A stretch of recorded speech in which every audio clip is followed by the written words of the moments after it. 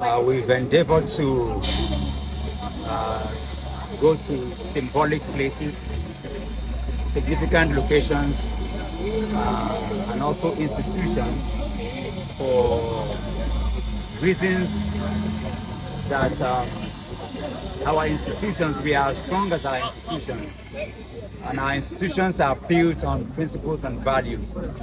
At the end of the day, that's who we are, that's all we are. And we've ensured that from INEC to the National Assembly, to the US, to the British, Canadian, and the Defense Headquarters. And here today, we're here at the ECOWAS, to also make a submission. Nigeria is seen as a big brother in the ECOWAS, But when the big brother is misbehaving, the effect of it is that it never allows Africa to grow. We have all traveled. I've been to many, many African countries.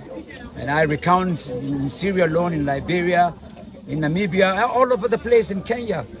They're all waiting for Nigeria to rise up. So what has happened in the 2023 general election, the effect is not just Nigeria. The effect is Africa, because until Nigeria wakes up and rises and do the right thing, Africa literally will not wake up. And I speak literally because everywhere we have been, they're waiting for Nigeria to wake up. And so it is symbolic and significant for ECOWAS to talk to their senior brother who is misbehaving. And so we made a submission, today, and asking that never has it been ever seen, no single person ever in the history of Nigeria has decimated, dismantled, has pulverized and shamed, the institution of INEC like Professor Yakubu Mahmoud has done. In the blatant glare of the whole world, he shamed, scammed, fraudulently, announced results that were completely a sham. And so we're holding him accountable, because to be silent is complicit. We're saying to the whole world that we accept shame, uselessness and corruption. And we're saying that we're ratifying that the brigandage and the breaking of law and order in Nigeria is perfect and it's okay. And we're also saying that it's okay for us to be kidnapped, because we have just been kidnapped by Professor Yakubu Mahmoud. Yes. That what is happening with the terrorists, the bandits, and all of these people who have made our country a living hell, that it's okay. But it's not okay, because we have institutions. We have values, and we have to hold to account and responsible.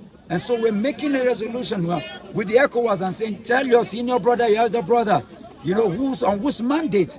He was the one that enacted the law, the electoral law that was flaunted and completely decimated by Professor Yakubu Mahmoud. And we're saying, arrest him, prosecute him, and jail him in Nigeria, and cancel the election of the 2023, because it was not an election. It was just a pure selection, not even of INEC, but Professor Yakubu Mahmoud's selection. And we reject it, because the whole world can see.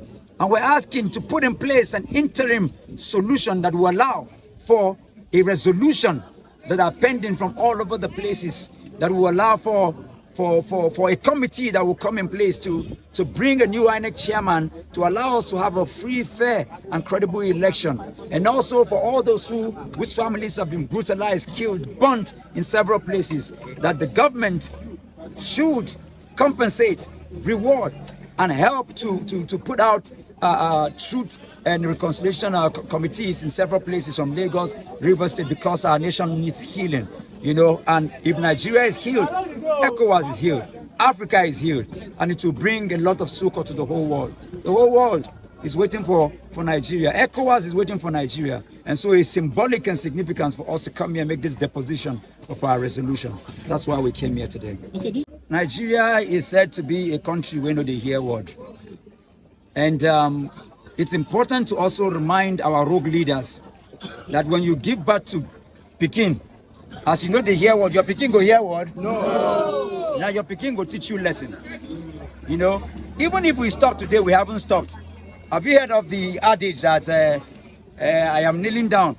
In my heart, you can force me to kneel down. But inside my mind, I'm doing what? I'm standing up. We are never going to stop.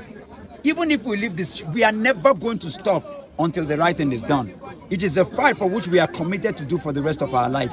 There are people who have paid great prices. Yes. People like Gani Fawehinmi, a lot of great leaders, you know, Femi Kuti and some plenty of people who have died in the cause of trying to ensure that Nigeria told the right path. Yes. You know, but unfortunately, these rogue elements that we have around us try to take us backward. We want to remind the world and everybody that we still have values in Africa. Yes. We still have values in Nigeria. Yes. Not be all of us be tiff. Not be all of us will just collect money run. You know, so we will continue for as long as we have breath until Nigeria, in terms of structure, becomes like Dubai. Yes. Until Nigeria, in terms of structure, imbibe the attitude of Mandela. Yes. We will forgive but hold to account until we see, you know, the ruggedity of Martin Luther King, of Mahatma Gandhi, of the great leaders. Until we see leadership like we see in the West and other places in the world, we're never going to stop. This is where we are, and this is where we will continue to go around until they hear word Yes. by force. Yes. Thank you. Thank you.